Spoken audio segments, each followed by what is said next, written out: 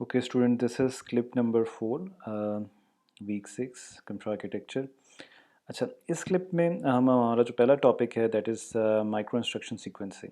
अच्छा, यहाँ पर आपको एक फ्लो चार्ट आपके सामने शेयर है और यहाँ पर ये बेसिकली आपको बता रहा क्या है, ये टॉपिक है क्या।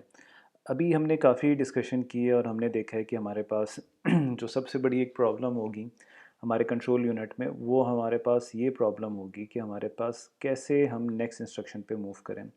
क्योंकि देखिए बड़ा क्लियर है कि अगर मेरा कंट्रोल यूनिट बहुत सारे काम कर रहा है और वो अगर तमाम के तमाम काम हमें पता है कि कैसे होने हैं, तो हम वो तमाम स्टेप्स एक दफ़ा लिख दें and that's all.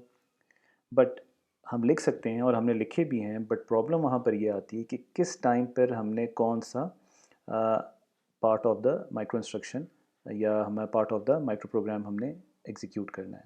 So that is the main problem in micro program control unit. तो ये वाली प्रॉब्लम है जिस पे हमारा फोकस है। और हमारे पास चार किस्म की प्रॉब्लम्स आ सकती हैं, जैसे हमने ज़िक्र किया कि हमारे पास पहला तो ये होगा कि हमने स्टार्ट कहाँ से करना है। यानी मेरा माइक्रो प्रोग्राम जो है वो तो इंडिपेंडेंट सेट ऑफ प्रोग्राम्स पे कंसिस्ट कर रहा है, जिन्हें मैं सब रूटीन कह रहा हूँ। अच्छा, दूसरी यानी मैं इन तमाम सब रूटीन में से मैं किस सब रूटीन पर जाऊँगा अगर मैं स्टार्ट करूँ। दूसरा कि अगर मैं चला गया हूँ तो क्या मेरी प्रॉब्लम इनलाइन से सॉल्व हो जाएगी, यानी मैं एक माइक्रो प्रोग्राम में गया, उसकी एक सब रूटीन पे गया, तो क्या उस सब रूटीन को मैं सीक्वेंशियली एग्जीक्यूट करूं, पहले 1 2 3 4 इस तरह इंस्ट्रक्शन एग्जीक्यूट करूं तो मेरी प्रॉब्लम सॉल्व हो जाएगी, या मुझे जंप लगानी पड़ेगी। ठीक है, या तो ये भी हो सकता है कि जब मैं जंप लगाऊं तो कोई कंडीशन ट्रू होने पे जंप लगाऊं या कंडीशन फॉल्स होने पे मेरा क्या रिस्पॉन्स होगा, ये मुझे पता होना चाहिए। और मेरी लास्ट प्रॉब्लम जो थी कि अगर मैं एक सब रूटीन से दूसरी सब रूटीन पर जाऊं तो कैसे जाऊंगा, और अगर जाऊंगा तो मुझे रिटर्न एड्रेस भी स्टोर करना पड़ेगा क्योंकि मुझे वापस आना है। तो ये तमाम प्रॉब्लम्स को हम देखेंगे। और ये जो हमारे पास माइक्रो प्रोग्राम सीक्वेंसिंग का टॉपिक है और जिसमें ये फ़्लो चार्ट बयान किया गया है, इसमें हम समझने की कोशिश करेंगे। जिन चार प्रॉब्लम्स का हम जिक्र कर रहे थे वो यहाँ पर क्लियरली मेंशन हुई भी है, आप इनको देख सकते हैं। इंक्रीमेंटिंग है, ये हम चीज़ें देख चुके हैं, आप लोग पढ़ लें, इसमें कोई क्वेश्चन हो तो आप लोग ज़रूर पूछें। ठीक है। अच्छा, अब हमारे पास हमें ये चीज़ क्लियर होनी चाहिए कि हमारे पास हमने स्टार्ट कहाँ से करना है। That is the first problem, this is the first step कि हम कंट्रोल यूनिट में जा रहे हैं और उसके हम माइक्रो प्रोग्राम की माइक्रो इंस्ट्रक्शंस को हमने पहली माइक्रो इंस्ट्रक्शन को सेलेक्ट करना है, तो हम कैसे करें। अच्छा, इसका मैं आपको रेफरेंस दूंगा यहाँ पर। ये एक्सटर्नल इनपुट का हमने यहाँ पर जिक्र किया था, एक्सटर्नल इनपुट का। जब हम यहाँ पर आते हैं, यहाँ पर, तो हमारे पास एक्सटर्नल इनपुट आएगा हमारा इंस्ट्रक्शन कोड से। ये कौन सा कोड है, ये हमारे पास यूज़र प्रोग्राम कोड है। यूज़र प्रोग्राम इंस्ट्रक्शन कौन सी होती है, जो हमने चैप्टर नंबर 5 में देखी थी, ये वो इंस्ट्रक्शन है जो आप लोग लिखते हैं। फॉर एग्ज़ाम्पल आप कहते हैं कि जी हमने ऐड ए करना है, ठीक है, ए इज़ अ वेरिएबल और हमने उसे ऐड करना है बी के साथ, for example add A and B. तो वो वो इंस्ट्रक्शन जो होगी यूज़र प्रोग्राम इंस्ट्रक्शन, ये इंस्ट्रक्शन बेसिकली ये वो इंस्ट्रक्शन हो गई। ठीक हो गया।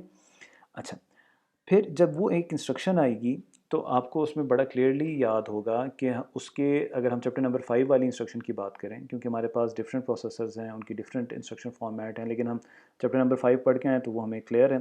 तो हम उसकी एक इंस्ट्रक्शन को हम लेते हैं, हम उसमें देखते हैं कि हमारे पास उसमें कुछ पार्ट्स हैं। जैसे हमारे पास ऑपरेंड एड्रेस पार्ट है, शुरू की 12 बिट्स 0 से लेकर 11 तक। फिर 12 13 14 जो है हमारे पास ऑफ कोड है, और 15 बिट है हमारे पास क्या है, एड्रेसिंग मोड है। तो हमारे पास ये इंस्ट्रक्शन कोड बेसिकली 3 या 4 बिट्स में वहाँ पर कंसिस्ट करेगा। और वो कौन सी होंगी, 12 13 14 एंड 15। 12 13 14 क्या है, ऑप कोड है, ऑपरेशन कोड है। ऑपरेशन कोड आपको याद दिलाता चलूँ कि ये वो कोड होता है जो आपको ये बताता है कि आपके पास हमने इंस्ट्रक्शन में कौन सा ऑपरेशन परफॉर्म करना है। ठीक हो गया, कौन सा ऑपरेशन परफॉर्म करना है। और हमारी एड्रेसिंग बिट जो है यानी 15 बिट, वो आपको बताएगी कि क्या वो डायरेक्ट है या इनडायरेक्ट है। क्लियर हो गया, डायरेक्ट है या इनडायरेक्ट है। तो वो हमारे पास सर्व होगा, इस्तेमाल होगा as an external input, external input. ठीक हो गया। अच्छा, तो हमारे पास जब इंस्ट्रक्शन कोड आएगा, हमारे पास अभी वो कोड है, ऑप कोड और एड्रेसिंग मोड की बिट कंसिस्ट करके हैं, वो हमारे पास एक इंस्ट्रक्शन कोड है। Mapping logic is a process, ये एक प्रोसेस है जिसके ज़रिए हम उस कोड को लेंगे और उस कोड से हम क्या बना देंगे, एड्रेस बना देंगे। यहाँ पर भी ये मैंने बात की थी कि हमारे पास यहाँ से जो फर्स्ट टाइम आएगा external input control address register में जाने से पहले, उस एक्सटर्नल इनपुट पे हम एक प्रोसेस अप्लाई करेंगे और उस प्रोसेस से हमारे पास क्या बन जाएगा, हमारे पास एक एड्रेस बन जाएगा। ठीक हो गया, वो एड्रेस बन जाएगा, क्योंकि एड्रेस हमें चाहिए ना, क्योंकि हमने तो कंट्रोल यूनिट में हमारे पास इंस्ट्रक्शंस पड़ी हुई हैं, हमारे पास इंडिपेंडेंट सब रूटीन्स पड़ी हुई हैं, हमने तो एक सब रूटीन पर जाना है और उसकी माइक्रो इंस्ट्रक्शंस को एग्जीक्यूट करना है। तो मुझे किस सब रूटीन पर जाना है और उसकी कौन सी माइक्रो इंस्ट्रक्शन पे जाना है, तो उसके लिए तो मुझे एक एड्रेस चाहिए होगा। तो हमारे पास मैपिंग लॉजिक एक प्रोसेस है जो करेगी, और ये भी आज हम देखेंगे, तो आपने परेशान नहीं होना, ये मैपिंग लॉजिक बहुत आसानी से आपको समझ आ जाएगी, हम मैपिंग लॉजिक को देखेंगे। अच्छा, ये मैपिंग लॉजिक से जब हमारे पास इंस्ट्रक्शन कोड पास होगा तो हमारे पास स्टार्टिंग एड्रेस आ जाएगा। तो हमारी पहली प्रॉब्लम सॉल्व हो गई कि मैंने किस तरह एक प्रॉब्लम को सॉल्व करना है। यहाँ पर एक और इम्पॉर्टेंट बात आपको बताऊँगा मैं, यहाँ पर ये बता रहा हूँ मैं, कि हमारे पास अगर यहाँ पर ऐड का है हमारे पास इंस्ट्रक्शन ऑप कोड, तो हम ऐड की सब रूटीन पे जाएंगे। मैपिंग लॉजिक जो हमें एड्रेस देगा ऐड का देगा, कैसे देगा हम देख लेंगे आगे। अगर वो एक जंप की ऑप कोड है, ब्रांच का ऑप कोड है, तो मुझे जो यहाँ पर एड्रेस मिलेगा वो ब्रांच का मिलेगा। अगर वो इंक्रीमेंट एंड स्किप ज़ीरो का है, तो मुझे यहाँ पर इंक्रीमेंट एंड स्किप ज़ीरो की सब रूटीन का एड्रेस मिलेगा, क्योंकि तमाम इंस्ट्रक्शंस की जो स्टेप हैं वो डिफरेंट हैं, तो उसके मुताबिक ही मुझे क्या मिलेगा, वही एड्रेस मिलेगा। तो हमारा पहला प्रॉब्लम जो है वो हमारा सॉल्व हो चुका है, और वो ये सॉल्व हुआ है कि हमारे पास स्टार्टिंग एड्रेस हमें मिल गया है कि हमने किस सब रूटीन पे जाना है। मल्टीप्लेक्सर यहाँ पर है। मल्टीप्लेक्सर आपको पता है कि मल्टीप्लेक्सर का ये रोल होता है कि हमारे पास मल्टीपल इनपुट्स आ रही हैं, जैसे आप यहाँ पर देखें इसमें 4 इनपुट्स आ रही हैं, 4 में से किस इनपुट को इसने सेलेक्ट करना है वो डिपेंड करता है मल्टीप्लेक्सर की सेलेक्ट लाइंस पे। यहाँ पर हमने ये लॉजिकली बनाया हुआ है, इसलिए अगर 4 इनपुट्स के लिए यहाँ पर 2 सेलेक्ट लाइंस होनी चाहिए, तो हमने सिर्फ ये लॉजिकली यहाँ पर रिप्रेजेंट किया है। सिर्फ आपको ये बताने की यहाँ पर बताया जा रहा है कि यहाँ पर multiplexer on the basis of select line select करेगा। ठीक हो गया।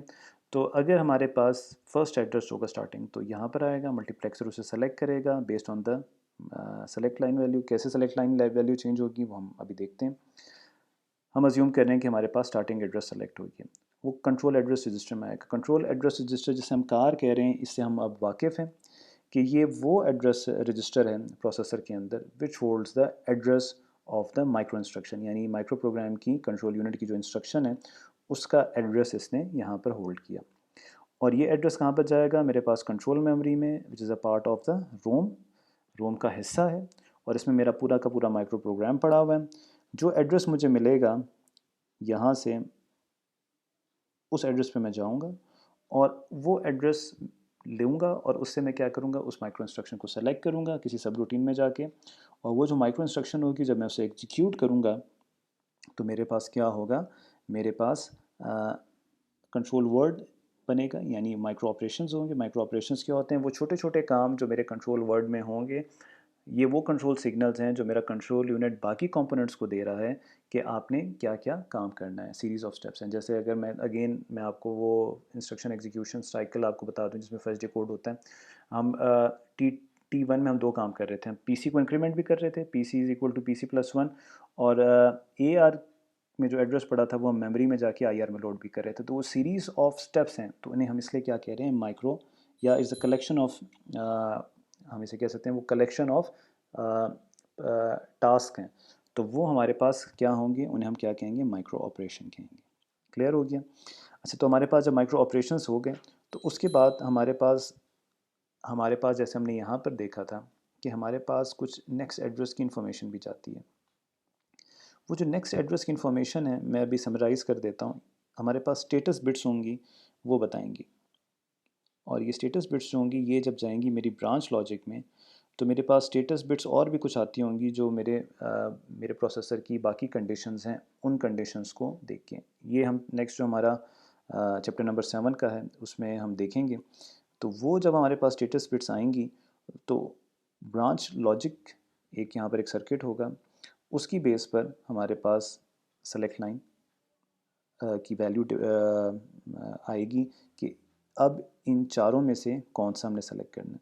फॉर एग्ज़ाम्पल हमारे पास कुछ स्टेटस ऐसा आया कि हमने कहा कि हमारे पास इन लाइन हमारे पास एग्जीक्यूशन होनी चाहिए, यानी हमारे पास पहली इंस्ट्रक्शन के बाद दूसरी इंस्ट्रक्शन एग्जीक्यूट होनी चाहिए। तो यहाँ पर अब हमारे पास क्या हो रहा है, हमारे पास जो कार में एड्रेस पड़ा हुआ है ये एक कंपोनेंट में जा रहा है जिसका नाम है इंक्रीमेंटर। ठीक हो गया, इंक्रीमेंटर। इंक्रीमेंटर से मेरे पास जो भी एड्रेस होगा उसमें +1 होगा और यहाँ पर चला जाएगा। तो यानी अगर मेरे कार में फॉर एग्ज़ाम्पल एड्रेस आया था 1, तो अब 1 के बाद क्या होगा 2, क्योंकि 1 में 1 पर ऐड हो गया 2 हो गया। फॉर एग्ज़ाम्पल अगर हमारे पास स्टेटस बिट्स वही रहती हैं तो 2 के बाद क्या एग्जीक्यूट होगा 3, यानी वो हमारे इन लाइन वाली प्रॉब्लम भी यहाँ पर सॉल्व हो गई कि हम इन लाइन पे यानी एक के बाद दूसरी इंस्ट्रक्शन को हम कैसे करेंगे। डिपेंड करता है हमारे पास सिचुएशन क्या है, मेरे प्रोसेसर की सिचुएशन क्या है, उस पर हमने ये किया। यानी मेरे जो यूज़र ने मेरे एक सिनेरियो बनाया, एक लॉजिक डिफ़ाइन की, उसके मुताबिक ये सारा काम होगा।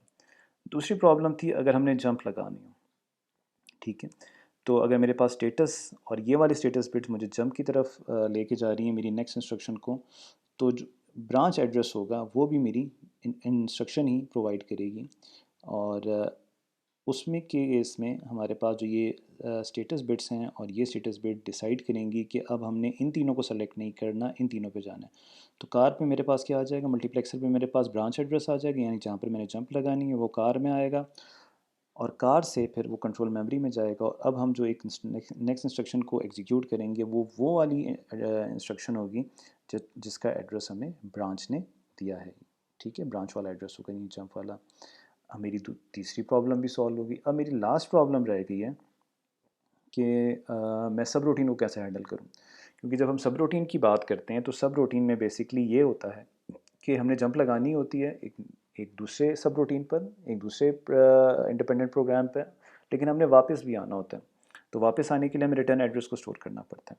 तो अगर मेरी ऐसी सिचुएशन बन गई है जहाँ पर मैंने दूसरी सब रूटीन को कॉल करना है, तो मेरी स्टेटस बिट्स मुझे बताएंगी कि आपने अब जंप लगानी है लेकिन रिटर्न एड्रेस को भी स्टोर करना है। तो यहाँ पर आपके पास स्टेटस बिट्स ने आपको बताया आपने जंप लगानी है। जंप कहाँ पर लगानी है वो आपको बताएगा ब्रांच एड्रेस, लेकिन उससे पहले आप कार वाले एड्रेस को लेंगी, क्योंकि अगर आपने लाइन नंबर 5 से लाइन नंबर 20 पे जंप लगाना है तो आपका रिटर्न एड्रेस वापस जब आएंगे आप लाइन नंबर 5 पे नहीं होंगे, आप किस पे होंगे, लाइन नंबर 6 पे होंगे।